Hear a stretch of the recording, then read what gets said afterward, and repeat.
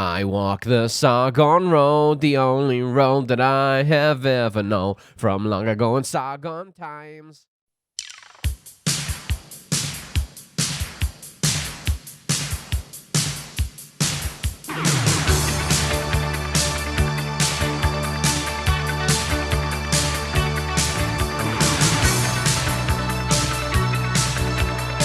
So we didn't do anything to us, and Anita is now the one abusing the orphans. That's logical fallacies in his arguments. This boy would walk out with a copy of my account. I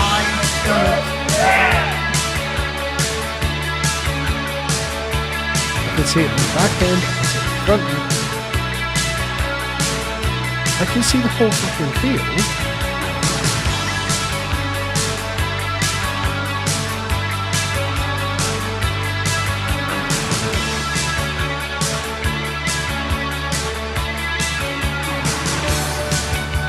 I saw your eyes, and you made me smile for a little while. This guy. I was falling for Sargon.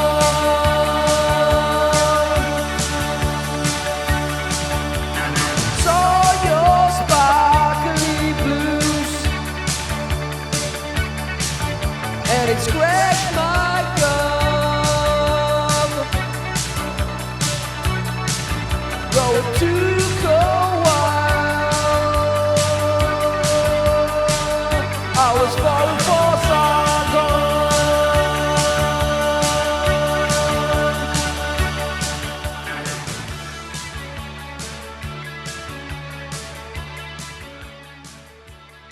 I've talked about this before, but basically when Sargon said the internet right-wing populism is self-limiting, he was right. I mean, obviously. Not really a mind-blowing take there, or some profound Eroth insight. The problem with it isn't necessarily what he was saying, it is the messenger himself. His attempt to put himself in the position of the serious, real-world big boy, and the internet nationalist as the extremely online chuds. Remember, this is a man who runs a doom-scrolling, neo-reactionary slop engagement podcast who has been lurking around the internet as a pseudo-intellectual since before Gamergate, before I was even born. What possible story arc could be more important to Peter Parker than this? The comic is about Spider-Man. Who called himself a Gamergate general, who paints little toys as a pastime. A man so toxic, physically, and by his idiocy and gauche nature, that he has effectively tanked one party and severely damaged another, possibly irreversibly. Looking back when I made this video, some of the clips I've been finding, I really can't emphasize enough the brass neck and gall of this little Skinner and Bedeel era Gen X fatty sitting on high in his home studio trying to present himself as above and separate from online populism. Sure, we can clown on the online politic bros all day, but he himself is probably the most famous of them, at least the most recognizable in Britain. Comically toxic right-wing YouTube internet persona that normal people might have been exposed to. Pagliacci the Sargon. When are you getting into politics?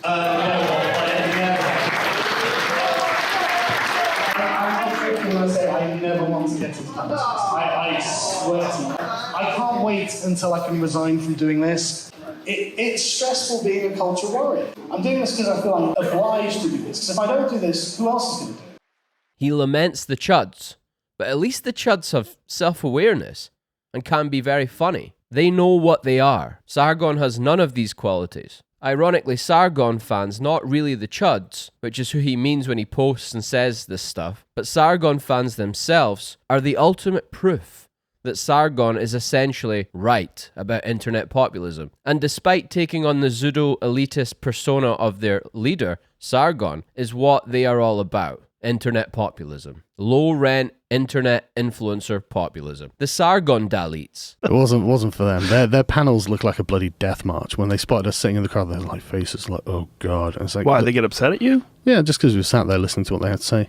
In fact, Okay. have you not heard about this? No, dude, I'm insulated. Oh, dude, this is I live in the actually real hilarious, world. right? It's crazy. So Anita Sarkeesian, she spots me sitting in the audience. She called me a shithead. She called me a garbage human. How anyone can listen to Sargon speak and not hear his affectation and insufferableness is proof that they have no sense and should probably not even be allowed to leave the house without an escort. They are the new digital serf class, the gubbling class, the undergubs. Anyway, lately I've been thinking, and this is probably not a new theory, but politics is essentially just aesthetics. Not really even strategy, not big Caesar moves like Sargon when he says, "I can see the field," from his Warhammer man cave. I can see how these things work.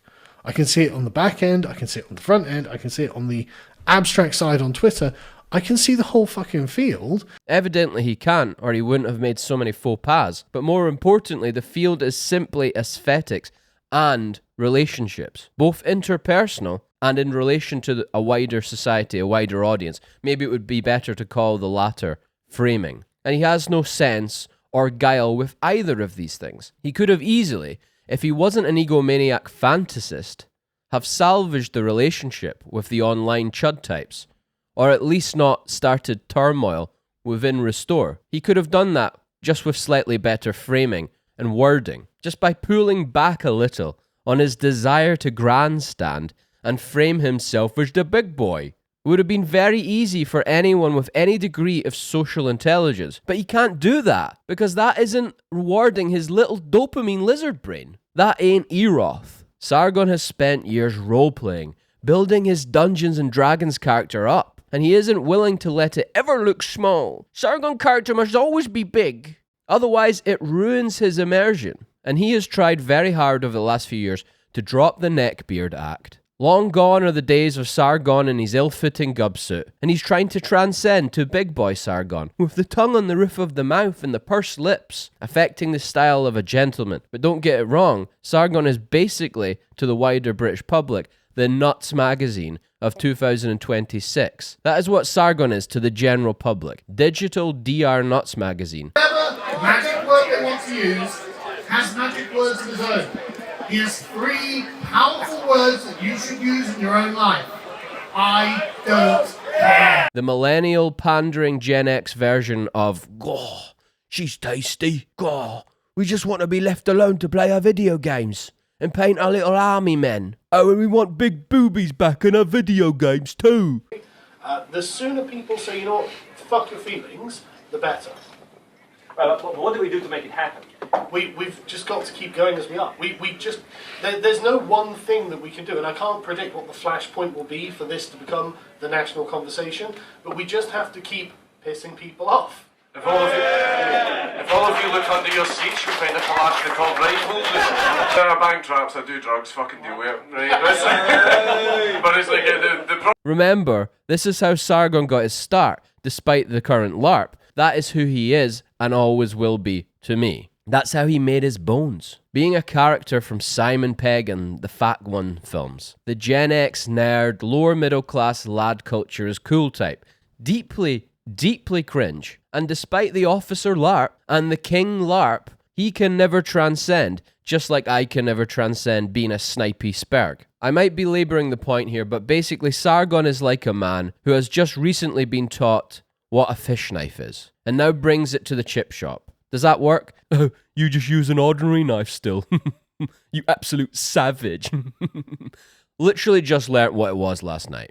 Can't even use it properly. Guests were passively aggressively asking him if he needed help. Everyone at the table was mocking him in the cab home. And as much as I like Rupert Lowe on a personal vibe level, and keep in mind again, that is another aesthetic judgment. I like what he represents as a person, as a type. But I think he doesn't really seem to have very good political sense, is easily misled by the sort of Zoomer influencers who have sold him on this crazy thing called the internet. He is obviously very prone to oohing and eyeing, which is kind of cute, like a grandpa. I mean, look at this clip in America, it's sweet. Well, good morning, everybody. We are in a Waymo on our way back to the hotel in Austin, Texas, just about to cross the Colorado River, and I'd like to introduce you to our driver. Oh dear, there isn't one.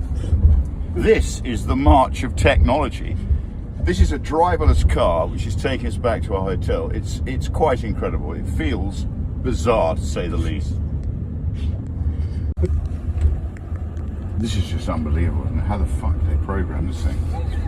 Arriving in 5 minutes.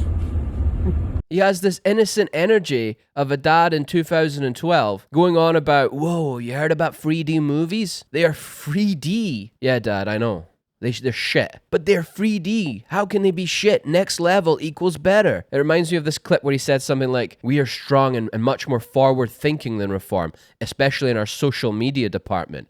We have all the social medias. We have X. We have YouTubes. We have TikToks. Gosh, Grandpa, good for you. I mean, British intelligence and politics in general has been gaming the online for almost a decade and a half. But glad to hear you have surrounded yourself with Gen Z engagement farmers and long-form YouTube pseudo intellectuals. Sounds like a winning strategy. Social media is good, so more social media is better. He's very Thatcherite 80s minded in that way. The side with the most innovation will win with the technologies. Not to understate the importance of the internet, but Restore and Grandpappy Roop are clearly overstating its impact to the general public.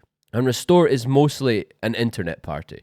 Probably always will be. And I think on another level, Rupert doesn't have the public touch he thinks he does. He isn't graceful in his social interactions. Well, I trade on common sense, but you can see that media are calling me a far-right bigot and all that shit. I mean, I'm just a tax-paying 68-year-old. The whole thing's a farce. What an absolute disgrace this is. Have you ever seen anything like this? This is not the sign of a country that's at peace with itself. A mess. As much as we might laugh at Sargon getting mogged by Rupert, he plows through people in conversations. He doesn't have the common touch. His talking points are a bit autistic in some ways. Don't get me wrong, I appreciate all the old history. The Angles and the Jutes and the Pictes and the Plumpies and all these fucking fairy people, great. But what does it mean at the bottom line? In 722 BC, Sargon II was crowned the king of an empire that stretched across the entire Fertile Crescent. From the Mediterranean Sea to the Persian Gulf. I hate to be simple, but it's the economy. It's real things on your street, in your neighborhood. All this Tom Rousel, Zoomer historian, navel-gazing about what it means to be blah, blah, blah. Sargon, his 3-hour streams reading a Wikipedia article about Gargal the Terrible. At a certain point, you need to step back and realize that to most normal people, history is just a big old dusty story about a bunch of dead guys with weird names and split ends. Wives with hairy legs. A bunch of gay dead stress heads. It's important to me, it's probably important to you, but I think it's not as important to the wider public. I'm not sure it resonates at all, actually. Maybe the people that say it's all the economy have a point. If you look at the most successful nationalist movements in history, yes, there was historical revivalism within it, but the message they used was primarily one of life improvement, social improvement, for the youth, opportunities, family creation, not some Jonathan Bowden, esoteric Wagnerian ranting about what it all means in the context of European tribal history 2,000 years ago. When a Roman politician was trying to bring in the plebeians on their side, they weren't talking about Horatius on the bridge. Sure, that may have been a sweetener, but they were talking about land rights. They were talking about entertainment. They were talking about more grain. They were talking about hope. But yeah, and you can see in his interactions with people, he's not really a people person. Remember, Sargon is officially part of Restore. Sargon of Akkad. Yes, he is not just a member, he is officially their promoter. And many of his twinks are in it. And as he likes to say on X, obviously for clout and self-aggrandizement, if you know Sargon, then you know what I mean, he will say things like, I'll talk behind the scenes, guys. Just calm down, I'm the big boy. And I can already hear the shrill, parasocial screams of the fans in the comments section. Debate Sargon. You're jealous of Sargon's stepkids and his Warhammer collection. I'm a space marine. You're jealous of his space boys. When the fans and the plub men, like Morgoth and Woes, who say things like don't punch right, always punch right. Punch so far right, all day long. Punching right is the only worthwhile thing to do from this current position, especially with regards to the online influencers, who are mud. Because one, it is fun and an outlet for cortisol, but secondly, and more seriously, weeding your garden is a necessity if you wish to grow anything, right? You like that analogy? For all you guys that are serious about this, which I don't think I really am, I'm just enjoying myself, having a nice time, but the influencers will need to be stepped over and weeded if anything is going to happen for you guys. This loop of dopamine doom cycle and big boy takes, it will need cast out as some millennial spergery. They need to be laughed at. That is their natural state. We must return them to the school days when the kids instinctively just knew in their race soul that these guys ain't it. And I'm going to put my chewing gum in their hair and pull their ties so small it takes them 10 minutes to undo. To quote Moscow Edward Dutton, bullying is good. Bullying is necessity. Bullying is normal. Bullying is natural. Bullying occurs in the sense of the victimization of a person lower down a social hierarchy by a person higher up a social hierarchy. Bullying is the way of things. Bullying always has been the way of things. Bullying is... We are evolved to bully. And you are never, ever going to stamp it out. Sargon is a podcaster, a writer of low fantasy, a Skinner and Badil Gen X pleb. And honestly, all these things are forgivable eccentricities, but he dares to be pretentious on top of it. No longer are sort of Milton Friedman or Roger Scruton the intellectual input into the sort of Zoomer right. It's you and Kunle Drugpa. Yes, and how do you feel about that? Very proud. We are actually culturally in the driving seat of the political conversation of this country, and they can't deny it. He dares to think and act above his station. And remember, calling people out for acting that way is a traditionally British thing to do, especially a traditionally English thing to do with its ancient caste society.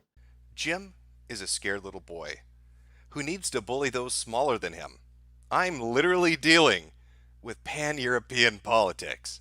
I have a press conference about Article 11 and Article 13 today. I will be wearing a suit. Jim probably doesn't even own a suit. Blown the fuck out. How am I going to pan-European politics? He's going to be wearing a suit. That's why I say the Sargon deletes. So he has cultivated an audience of equally shallow and deeply tedious regional uni wankers, larpers, and small-souled egotists like him. My Dungeons & Dragons character must bash and be big. I only want to be seen to be big. And these people are the army that Sargon utilizes to try and dominate the gubsphere. As much as you may think Richard Spencer is a lol cow and a bit of a meme, he was 100% right in his appraisal of the character of Sargon all those years back before I was even born. Sargon, I am not going to say something that might be the most insulting thing we've ever heard. I will accept your apology whenever you're ready to give it. You think that you are more intelligent than you are. And that's actually a really tricky place to be. How intelligent am I? I don't think you're very intelligent. Oh, I'm sorry, Sargon. Well, that's a personal attack because your opinion's very important. Sargon, I have debated people who have addressed what I'm actually saying in the core. You're nibbling around the edges in a way that's just tedious and annoying. To understand what I'm actually saying when I talk to you about your first principle. I can't understand. Oh, yes, really, Sargon? I can't understand, Sargon. Yes. This is all autistic. I don't understand what you're saying. This is what you just said to me. What is your critique of there's clearly a core white stock that is not debatable? I just gave What is your Richard. critique of that? How do you identify them? And he bullied him into getting some Mickey Mouse degree in gay philosophy by doing night courses. Another thing his fans will say, all you do is character assassinate, you whiny little man. Oh, I hate when they call me that. Debate our gub General Sargon. Debating is for gay midwits. I hate that Millennial Woes term, but you know what I mean. Nobody other than a spastic is won over by pseudo intellectual debating. Aesthetics and psychoanalysis is basically everything. Pop psychology. The Merchant understands this perfectly, hence why they dominate the big boy sphere. And all we have is the gub sphere. Sargon's fans are gubiums. So Sargon neckbeards can LARP and say they want you to engage in Socratic method or whatever the fuck, but it achieves nothing and is a LARP. All it does is cultivate an audience of more Sargons. And frankly, if you enjoy Sargon, You are the phone shop manager class. And to me, that is fathoms beneath the working class in terms of dynamism and importance. Or I think at the very least we can make a value judgment that if you like Sargon seriously and you are a premium Lads Hour subscriber, you ain't going to make it. I'm trying to imagine showing family and friends Restore Talking Points and showing them Rupert. Okay, fair enough. They'll listen to this guy for a bit. Enjoying that? Oh, but yeah, let me zoom out a bit. To be fair, there is this little guy too. Oh, and this guy. And this guy over here.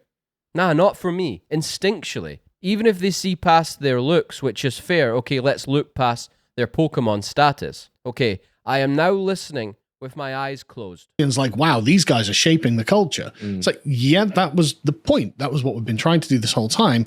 And we'll read through some of this. I'm just listening to what he has to say and the tone of his voice. There's always been like about a quarter of my audience. And that is exactly what we've been doing all of these years. And that is exactly what they are witnessing. The left is engaged in what Gramsci called a war of position, right? We can't fight a hot war. You still sound like a fucking fanny. You sound like the worst classroom sperg who thinks they are clever because they memorized some fact the night prior. Wanting to be seen as intelligent, which I would say is the number one affliction of DR influencers. Wanting to be seen as a scholar, the whole academic scholar LARP. Demos is the word that we use to refer to the political aspect of the ethnos.